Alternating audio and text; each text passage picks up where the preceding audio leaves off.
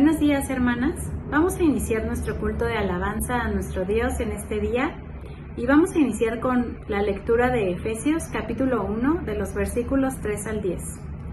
Bendito sea el Dios y Padre de nuestro Señor Jesucristo, que nos bendijo con toda bendición espiritual en los lugares celestiales en Cristo, según nos escogió en Él antes de la fundación del mundo, para que fuésemos santos y sin mancha delante de Él, en amor habiéndonos predestinado para ser adoptados hijos suyos por medio de Jesucristo, según el puro afecto de su voluntad, para alabanza de la gloria de su gracia, con la cual nos hizo aceptos en el amado, en quien tenemos redención por su sangre, el perdón de pecados, según las riquezas de su gracia, que hizo sobreabundar para con nosotros en toda sabiduría e inteligencia, dándonos a conocer el misterio de su voluntad según su beneplácito, el cual se había propuesto en sí mismo de reunir todas las cosas en Cristo en la dispensación del cumplimiento de los tiempos, así las que están en los cielos como las que están en la tierra. Amén. Buenos días, hermanas. En esta hora vamos a tener nuestra oración de dedicación a nuestro Dios. Vamos a orar. Bendito Padre Celestial, te damos muchas gracias, Señor, por la bendición que nos permites de tener estos momentos de comunión contigo, Padre, y en esta mañana te queremos suplicar y rogar, Señor, porque tú te agrades de este culto, Señor, que vamos a tener en tu nombre, Señor, que tú limpies nuestros corazones, nuestros pensamientos y nuestro ser, Señor, y que todo nuestro cuerpo, nuestra mente pueda estar abierta para recibir lo que tú tienes para nosotras, Padre. En el nombre de mi Señor Jesucristo te quiero poner estos momentos, Señor. Amén.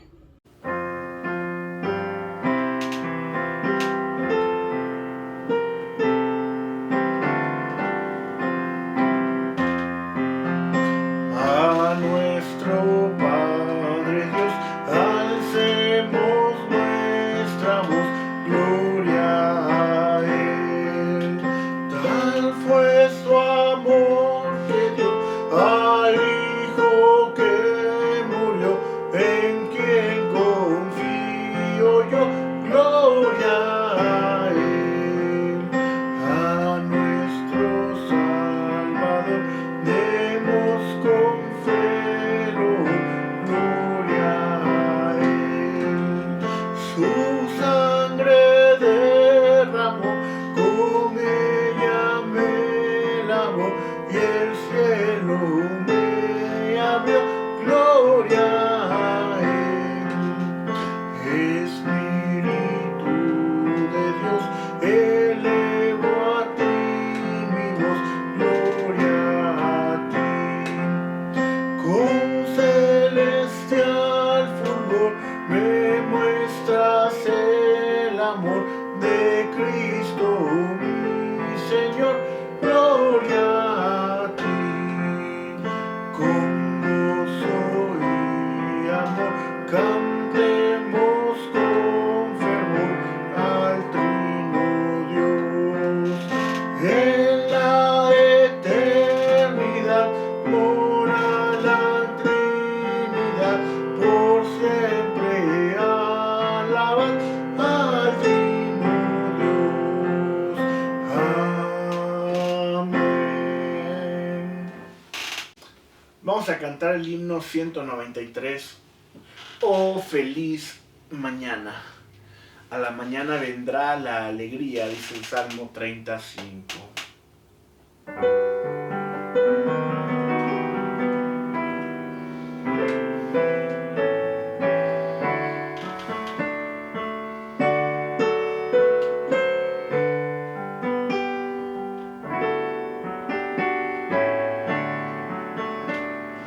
Oh feliz mañana, bienvenida sea.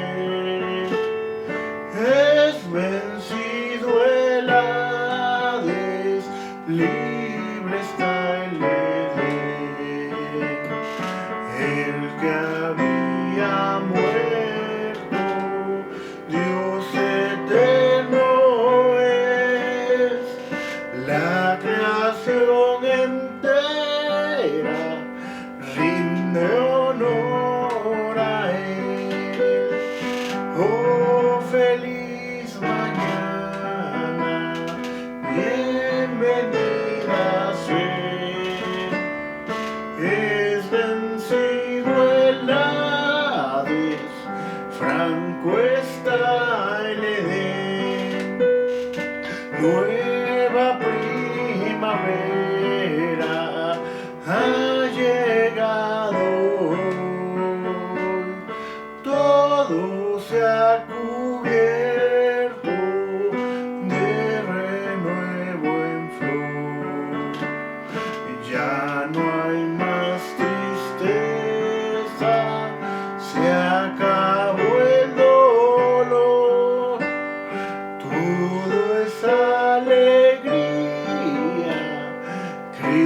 es triunfado. Oh, feliz mañana, bienvenida sea. Es vencido el Hades, franco está el Edén. La tercera aurora despuntando está. Tu palabra, oh Cristo, cierto cumplirá. Que los pueblos vean tu radiante faz. Brilla nuevo día donde tú estás. Oh, feliz mañana, bienvenida sea. Es vencido el Hades, franco está el Edén. Hermanas, vamos a tener ahora unos momentos de oración a nuestro Dios por la unidad de la iglesia, ahora que no podemos estar en las instalaciones en nuestro templo, y por la unión de la Sociedad Femenil Esther. Vamos a orar. Nuestro Dios, nuestro Padre, gracias te damos en esta mañana porque podemos reunirnos, Señor, para alabar y glorificar tu nombre. Gracias por estos cultos que martes con martes tú permites que la Sociedad Femenil Esther pueda continuar llevando a cabo, Señor. Gracias porque aun a pesar de este tiempo difícil en el que no podemos reunirnos físicamente, tú has permitido a esta sociedad el poder seguir llevando a cabo sus cultos a través de estos medios. Gracias, Dios, porque sabemos que esa es una bendición que como iglesia tú nos has dado. Y queremos poner en tus manos, Señor, en esta mañana la unidad de la iglesia. Ha sido complicado el no poder vernos, el no poder estar físicamente juntos, Señor, el no poder alabar tu nombre y cantar y saludarnos y abrazarnos como solíamos hacerlo. Pero te rogamos, Señor, porque en nuestro corazón siga existiendo el amor fraternal de unos para con los otros, Señor, que sigamos preocupándonos por los hermanos, que cuando tengamos la oportunidad, Señor, podamos hacer una llamada a nuestros hermanos para ver cómo se encuentran, para ver si tienen alguna necesidad. Señor, ayúdanos a mantenernos unidos aun a pesar de la situación y que seamos un ejemplo así como lo fueron los primeros cristianos, Señor, que se amaban, que se ayudaban, que suplían sus necesidades unos con otros, Señor. Te ruego también por la unidad de esta sociedad femenil Esther, porque tú seas también con ella, Señor. Gracias por la vida de cada una de mis hermanas que hasta ahora sigue fiel, que hasta ahora siguen adelante, Señor, sirviéndote y alabándote. Gracias porque tú estás con ellas y de eso estoy segura, Señor, porque tú estás en el hogar de cada una de ellas. Gracias, Padre, por su servicio, por su fidelidad. Gracias por las hermanas que siempre están dispuestas a trabajar, dispuestas a participar, y que aún a pesar de que esta situación y estos medios en los que ahora tenemos que comunicarnos han sido complicados para ellas, Señor, gracias porque tú les has dado los medios para mantenerse unidas como sociedad. Gracias porque tú has puesto a las personas que puedan enseñarlas, que puedan apoyarles, que puedan ayudarles para que esta sociedad pueda seguir unida. Te ruego porque seas con cada una de ellas, Señor, y te ruego porque tú permitas que esta sociedad pueda llegar victoriosa al final de esta prueba, Señor, así como nuestra iglesia, que también logremos, Señor, mantener esta unidad como el cuerpo de Cristo que nos dice tu palabra, Señor. Te ruego porque nos ayudes a ser pacientes para esperar el tiempo en el que tú nos volverás a unir físicamente, y que, Padre Celestial, podamos ser pacientes para esperar tus tiempos perfectos, porque sabemos que será en el momento en que tu voluntad divina se haga, Señor, y te rogamos porque podamos esperar, porque podamos ser pacientes, pero también obedientes, Señor, a lo que tú nos estás pidiendo como pueblo tuyo, y que cuando podamos hacerlo y podamos estar unidos nuevamente de manera física, Señor, tú nos ayudes a ir con el corazón, con las ganas, con toda la disposición de servirte, de amarte, de estar en unidad, Señor, y de ser un ejemplo a los demás de amor, de servicio y de unidad, Señor, que los que puedan vernos puedan decir quiénes son ellos, porque queremos ser así, porque queremos eso que ellos tienen. Ayúdanos a mantenernos en amor, en unidad, Señor, y que tu iglesia pueda ser recordada por eso, por el amor que nos tenemos unos a otros. Te ruego porque te quedes con nosotros, Señor, y porque nos sigas guiando en las cosas que tenemos que realizar según tu voluntad. En el nombre de Cristo Jesús. Amén. Buenos días, hermanos y hermanas. Vamos a tener la lectura bíblica en el libro de Hechos, capítulo 2, del versículo 36 al 41. La palabra de Dios dice: Sepa pues ciertísimamente toda la casa de Israel que a este Jesús a quien vosotros crucificasteis, Dios le ha hecho Señor y Cristo. Al oír esto, se compungieron de corazón y dijeron a Pedro y a otros apóstoles: Varones hermanos, ¿qué haremos? Pedro les dijo: Arrepentíos y bautícese cada uno de vosotros en el nombre de Jesucristo para perdón de los pecados, y recibiréis el don del Espíritu Santo. Porque para vosotros es la promesa, y para vuestros hijos, y para todos los que están lejos, para cuantos el Señor nuestro Dios llamare. Y con otras muchas palabras testificaba y les exhortaba diciendo: Sed salvos de esta perversa generación. Así que los que recibieron su palabra fueron bautizados, y se añadieron aquel día como 3,000 personas. Amén. Vamos a repetir el texto clave 2 veces, que se encuentra en Hechos 2, versículo 36. Sepa pues ciertísimamente toda la casa de Israel que este Jesús a quien vosotros crucificasteis, Dios ha hecho Señor y Cristo.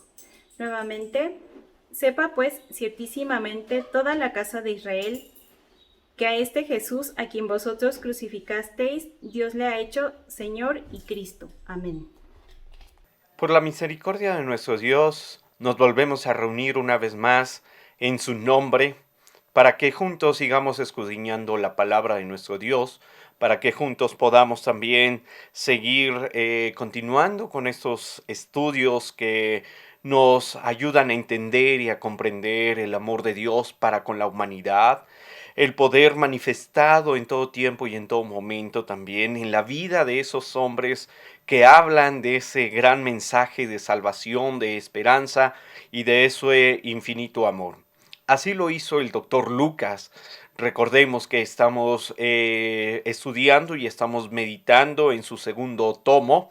Recordemos que el doctor Lucas escribe en primera instancia el Evangelio, pero también escribe este segundo tomo en la cual estamos escudriñando su palabra que él fue inspirada por Dios y escrita para que toda la humanidad conociera también de ese gran mensaje.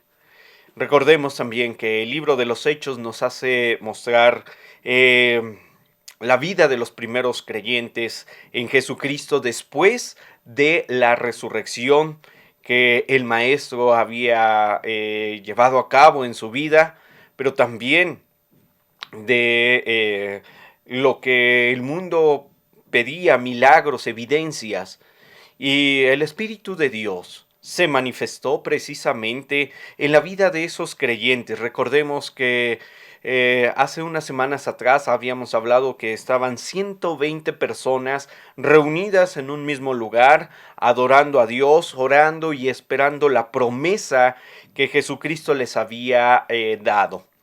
También recordar que ese poder se manifestó en el día del Pentecostés. Eso ocurrió un día inesperado, un día que ellos no sabían ni se imaginaban, pero más allá de sus vidas también, la ciudad fue también estremecido porque ocurrió algo a tal grado que llamó la atención de aquellos ciudadanos que estaban cerca de ese lugar y se movieron y fueron a ver qué había pasado. Y esto nos hace ver también de el gran interés que tenían, qué estaban haciendo esos hombres, esas personas reunidas en un solo lugar, 120 personas, pues algo tramaban, algo pensaban, a lo mejor estaban pensando que iba a haber una revuelta, pero no fue una clase de revuelta como de esas, sino fue totalmente distinto. Fue algo que también escucharon el mensaje en su propio idioma. ¿Qué es lo que podemos ver en esto? Ya hemos leído Hechos capítulo 2, verso 36 al 41, donde estaremos meditando en esta mañana, en esta porción de la Escritura, y que lleva por título, compungidos de corazón. La venida del Espíritu Santo causó un gran asombro entre todos los que estaban en Jerusalén. Eso estremeció, eso inquietó, eso también aconteció. Si usted pudiera ver el periódico de ese día, posiblemente diría algo así como últimas noticias de Jerusalén, acaba de acontecer algo con 120 personas y algo por el estilo. Ellos, al oír eso, fueron a ver y escucharon el mensaje, un mensaje que daba vida y esperanza. Oír a unos galileos sencillos hablar en otro idioma era algo sorprendente y era algo increíble. Solamente las maravillas de Dios se pueden manifestar de esa manera con un propósito, de que se dé a conocer el reino de Dios. Estos hombres fueron también movidos a misericordia por la obra del Espíritu, en la cual los llevó a hablar de ese mensaje. Ellos no podían quedarse callados.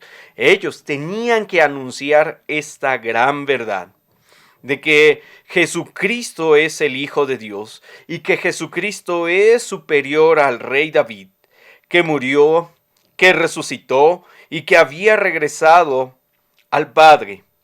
Era algo fuera de lo normal, era algo sorprendente y maravilloso, tanto para aquellos que habían creído en su nombre, como aún más allá, los que no habían creído, los que no se habían percatado de nada de esos acontecimientos, y ellos escucharon ese mensaje a través de esos discípulos, a través de los apóstoles que Jesucristo había llamado para prepararles, para capacitarles, pero sobre todo para mostrarles esa gran verdad, esa luz que los guiaría. Y esta luz tenía también que llevarlo al mundo para que ellos pudieran también escuchar esta gran verdad. El Evangelio y la resurrección de nuestro Señor Jesucristo serían temas importantes para dar a conocer de este mensaje de Jesucristo. Y esto va también en sentido a los judíos, a quienes ellos mismos habían incitado y habían orquestado la muerte, pero también habían gritado con mucha intensidad a una sola voz, diciéndole: crucifíquele, crucifíquele. Este mensaje también llegaba a ellos. Ellos también necesitaban escuchar este evangelio. La forma en que Pedro explica la muerte de Jesucristo es muy impactante para ellos, porque acusa directamente a los judíos que están oyendo el mensaje de haberlo crucificado. Pablo está poniendo el dedo sobre ellos. Él dice que toda la casa de Israel, los más hermosos tesoros que Dios había dado, lo habían rechazado. Cristo no vino a este mundo solamente para morir por una causa, sino para mostrar el camino que conduce a Dios, en ese camino que nos reconcilia. Cristo no quedó crucificado en un madero, sino que murió, fue sepultado, pero también resucitó con poder y gran gloria. Pero no solo eso, ahora Dios lo ha hecho Señor y Rey de todas las cosas. Él está sentado a la diestra de Dios Padre para interceder por usted y por mí. Pero también debemos de entender algo, que de ahí vendrá a juzgar a este mundo. Así que la base de la salvación es reconocer que Jesucristo murió y resucitó, según nos explica Pablo en Romanos 10, 8 al 10, donde muestra la obra del Espíritu Santo que llevó a los oyentes a reconocer su pecado, su necesidad de un Salvador y un Señor en Jesucristo. Ese ha sido el mensaje que debe también sacudir la vida de todos los que habitamos en este mundo. Este mensaje debe también llegar hasta los confines de la tierra. Recordar que en aquella época, pues ellos no tenían todos los medios que usted y yo tenemos hoy en este día. Ellos tenían que anunciarlo, que ir como esos testigos oculares, presenciando también sus vidas y anunciar de ese gran mensaje que ellos habían visto, que habían escuchado al Mesías, que habían también sido transformados por el poder de su palabra, por el poder de este evangelio que cambia vidas, que cambia corazones, que cambia mentes. Sus corazones fueron compungidos desde lo más profundo de su ser por el poder que hay en esta palabra que da vida, que da esperanza, que también nos conduce por este mundo. La salvación en Jesucristo debe de anunciarse en todo tiempo y en todo momento. Pedro les dijo que debían arrepentirse, cambiar totalmente su manera de pensar acerca de Jesucristo, ser bautizados y someterse a Él para que fueran salvos y recibieran al Espíritu Santo, que los regeneraría, los llenaría y los transformaría como unas nuevas personas. Ellos también tenían que vivir este proceso de salvación. Ellos habían escuchado este mensaje. Pedro, siendo judío, les hablaba también como judío hacia su propio pueblo, hacia aquellas personas que habían esperado mucho tiempo la salvación y muchos no lo creían que era en esa época. Gran parte de los judíos pasó por alto también ese mensaje de Pedro. Como hoy, cuando usted y yo hablamos de este evangelio, no nos hacen caso, pasan por alto, nos tiran de a loco. Cosas similares le pasaron a los discípulos, a los apóstoles. Pero Pedro se esforzó por hablar de este evangelio, no para convencerlos, no para mostrarles también que ellos habían hecho, sino con un propósito, que ellos aceptaran a Jesús como su único y suficiente Salvador. Ese debe ser nuestro propósito también cada vez que anunciamos el evangelio, dar a conocer la grandeza de su nombre, no para convencer a nadie. Usted y yo no tenemos ningún poder para convencer a nadie. Eso se hace a través del Espíritu. Pues el Espíritu de Dios convenció también a algunos judíos, y ellos, después de haber escuchado el mensaje de Pedro, hicieron una pregunta que les estremeció hasta lo más profundo de sus entrañas. Ellos preguntaron, ¿qué debemos hacer? el ser humano tiene que hacer esa pregunta constantemente: ¿qué debemos hacer delante de los ojos de Dios? ¿Qué debemos hacer también cada día? Y Pedro nos dice en eso: crean en el Señor Jesucristo, bautícense, sométanse a Él para que sean salvos, para que también vivan en el poder del Evangelio, para que vean también el poder de su Espíritu que nos llena, que nos regenera, que nos transforma en nuevas criaturas para honra y gloria de su nombre, para dar testimonio de este poder, un poder que nosotros experimentamos cada vez que nos sometemos al señorío de Jesucristo, a obedecerle, a servirle. Hay muchas personas que hoy en día están lidiando con esto, porque no quieren someterse al señorío de Jesucristo como los judíos lo hicieron en aquella época.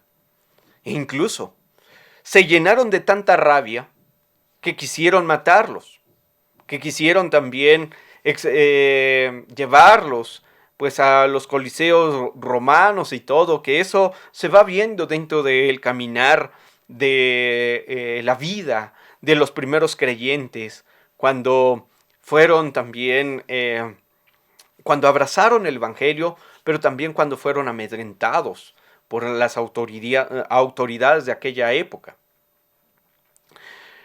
También ellos se bautizaron, y hay que recordar algo, que el que fuera bautizado uno en el nombre de nuestro Señor Jesucristo era prácticamente una sentencia de muerte. Eran apartados de sus propias familias, eran también sacados y eran expulsados. No era algo tan sencillo como hoy lo podemos leer y lo podemos ver. El bautismo marcaba también la diferencia. Era algo visible para ellos de que si aquella persona se había bautizado en el nombre de Jesús, era prácticamente su sentencia de muerte para aquella época y para aquellas generaciones. Pero también hay que recordar que el bautismo era algo tan humillante para los judíos que consideraban que solo debía hacerlo los gentiles convertidos al judaísmo, ya que ellos se consideraban a sí mismos sin pecado. Todavía el orgullo de ellos estaba a flote. No podían también compartir ese mensaje del Evangelio o ese mensaje que venía de Dios con los gentiles.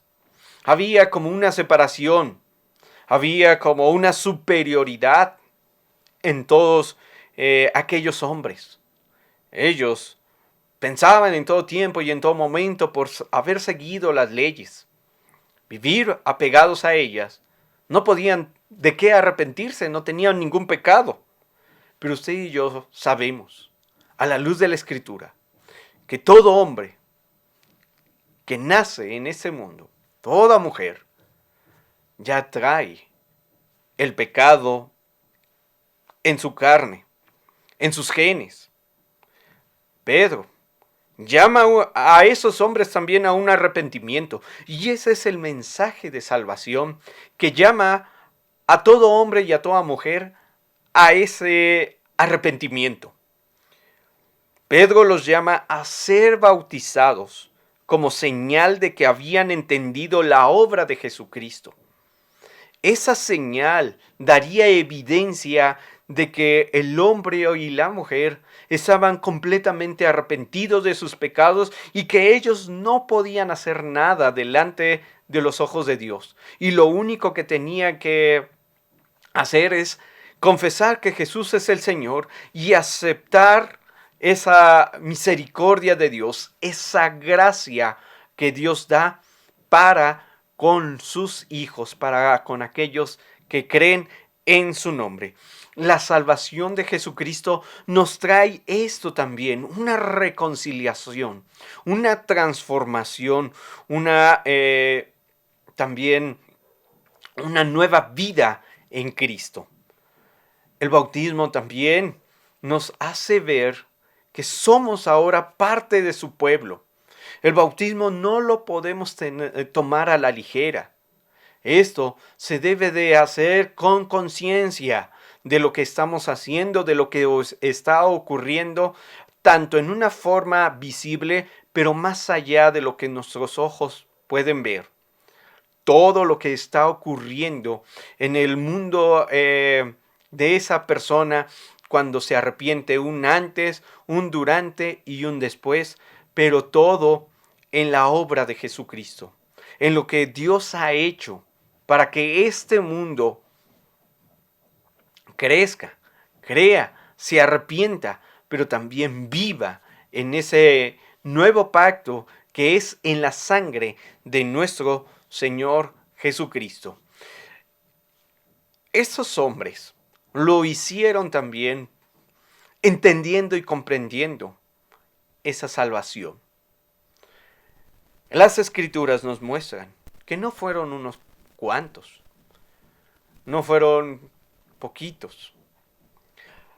El doctor Lucas registra en este libro, en este capítulo, en ese gran acontecimiento, algo sorprendente, algo maravilloso. Algunos dicen que pudo hacer la primera cosecha en una forma masiva. ¿Por qué? Porque hubieron 3,000 personas convertidos al Evangelio y que debían bautizarse en el nombre de Jesucristo para ser salvos. Esto es lo sorprendente de ese día, que no solamente se derramó el Espíritu, sino que también llamó a otros, convocó a otros, no solamente a las 120 personas, sino también a la ciudad, a pueblos que estaban ahí representados para escuchar ese mensaje. Y nos dice el doctor Lucas que hubo 3,000 personas que escucharon el mismo mensaje, que escucharon de su condición en la cual se encontraban delante de Dios, pero que también escucharon que Dios había provisto una redención tan grande en el Mesías. Tanto el pueblo judío como algunas otras culturas ahí representadas escucharon el mismo mensaje. Y muchos lo abrazaron, muchos lo entendieron. El poder del Espíritu compungió esos corazones de ver su necesidad, de ver su condición, de ver también lo que Dios había provisto para sus vidas, para su casa, para su familia. El propósito de Dios es salvar al individuo que le serviría en forma colectiva a través dentro y fuera de la iglesia. El Espíritu de Dios se seguía moviendo, se seguía operando en la vida de aquellos hombres, tanto los que estaban dando ese mensaje como los que estaban recibiendo. Esto no lo debe de olvidar, amados hermanos, hermanas, amigo que nos escucha a través de este medio, de que cuando usted y yo estamos compartiendo de la palabra, eso es lo que también se está moviendo. El Espíritu de Dios está moviéndose tanto en la persona que está proclamando este evangelio, como también en la otra persona que lo está recibiendo. Está también moviendo su vida, su pensamiento, su corazón, para que esta semilla, esta gran verdad, entre en el corazón de la persona. Es nuestra tarea de estar orando por ellos. Es nuestra tarea también de estar adorando a Dios y en la primera oportunidad también hablar de ese evangelio. Esa salvación debe de seguir llevando vidas al arrepentimiento, vidas a los pies de Jesucristo, vidas regeneradas para la honra y gloria de nuestro Dios. Por ello, esas 3,000 personas no se dieron de la noche a la mañana, sino que prestaron atención Entre tanto estaban prestando atención, el Espíritu de Dios se movía y estaba penetrando en sus corazones, y en sus corazones Dios estaba tratando con ellos, a tal grado de que más de una persona dijeron: ¿qué vamos a hacer? ¿Qué necesito yo para tener esa vida, esa salvación?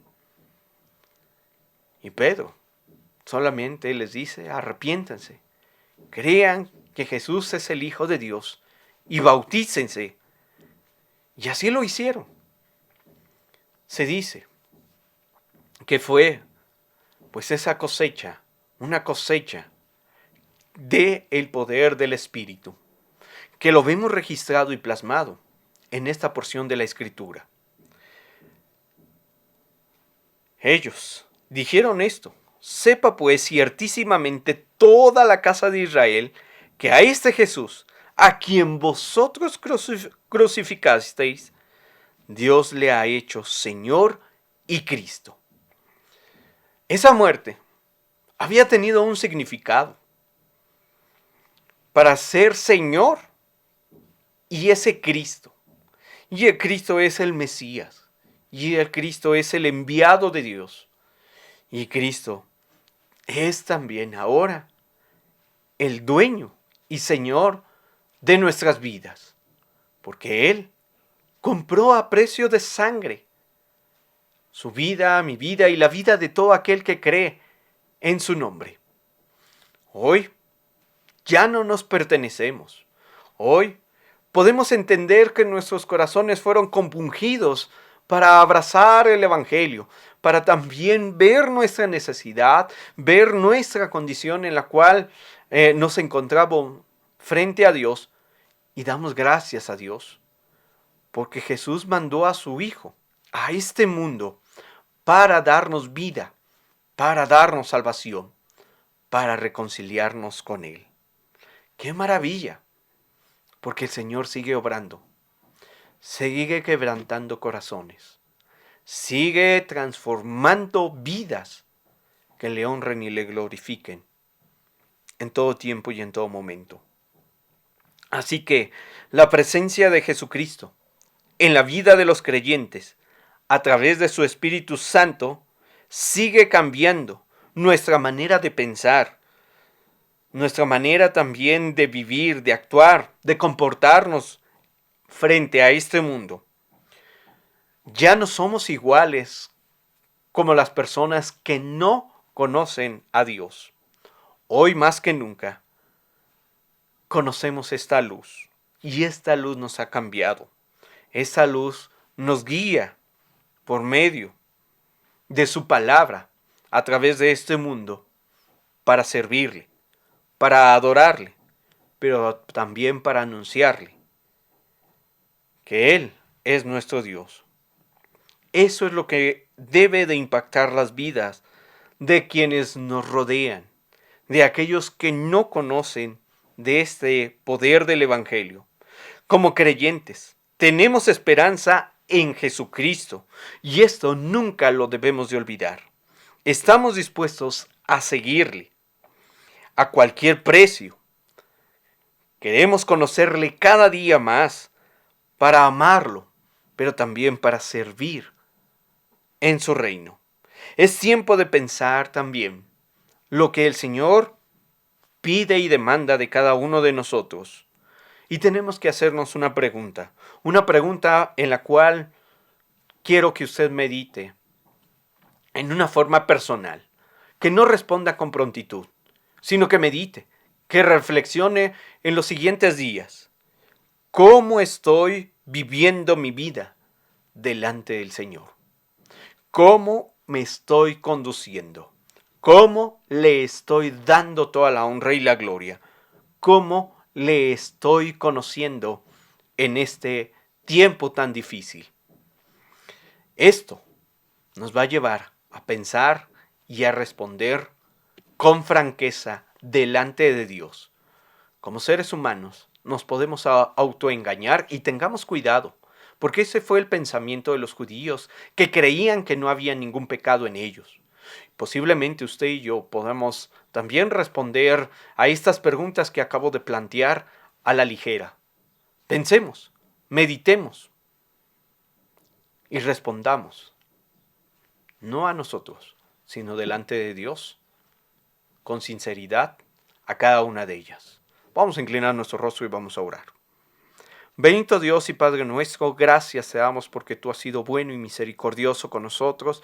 Gracias por este tiempo, gracias Señor porque tu palabra nos sigue mostrando que tú eres el que has enviado a tu Hijo Jesucristo para darnos vida, para darnos salvación, para darnos este precioso evangelio que cambia, que transforma vidas. Pero también nos has dejado a tu Espíritu, que nos confronta día a día a la luz de tu palabra.